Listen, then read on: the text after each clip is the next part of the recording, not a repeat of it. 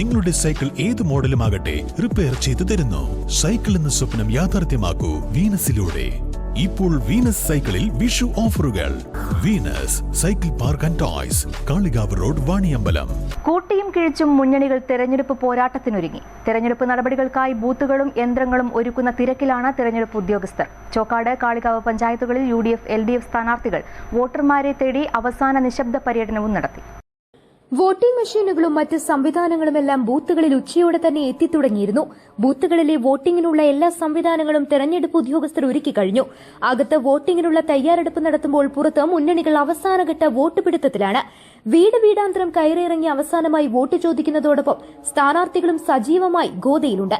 വ്യാഴാഴ്ച രാവിലെ 7 മണിക്കാണ് പോളിംഗ് ആരംഭിക്കുക. വൈകുന്നേരം 6 മണിവരെ വോട്ടെടുപ്പ് നടക്കും. തെരഞ്ഞെടുപ്പ് നടപടിക്രമങ്ങൾ സമാധാനപരമായി നടത്തുന്നതിനുള്ള സുരക്ഷാ ക്രമീകരണങ്ങളും ബൂത്തുകളിലും പുറത്തും ഒരുക്കിയിട്ടുണ്ട്. എല്ലാ ബൂത്തുകളിലും അകത്തും പുറത്തും CCTV ക്യാമറകളും സജ്ജീകരിച്ചിട്ടുണ്ട്. വണ്ടൂർ മണ്ഡലം സ്ഥാനാർത്ഥി AP അനിൽകുമാർ നാട്ടിൽ സുപരിചിതനാണ്. ഒപ്പം തന്നെ നിരവധി വികസന പ്രവർത്തനങ്ങളും അദ്ദേഹം നടത്തിയിട്ടുണ്ട്. ഇതെല്ലാം വോട്ടാകുമെന്നും വലിയ ഭൂരിപക്ഷത്തിൽ വിജയിക്കുമെന്ന കണക്കുകൂട്ടലിലാണ് UDF മുന്നണി. അതേസമയം തന്നെ മലയോര ഹൈവേയും സ്കൂളുകളുടെ നവീകരണവും പെൻഷനും ഉൾപ്പെടെ സംസ്ഥാന സർക്കാരിന്റെ വികസനങ്ങൾ ഈ തവണ വണ്ടൂരിലും വോട്ടായി മാറുമെന്ന പ്രതീക്ഷയിലാണ് LDF ക്യാമ്പ്.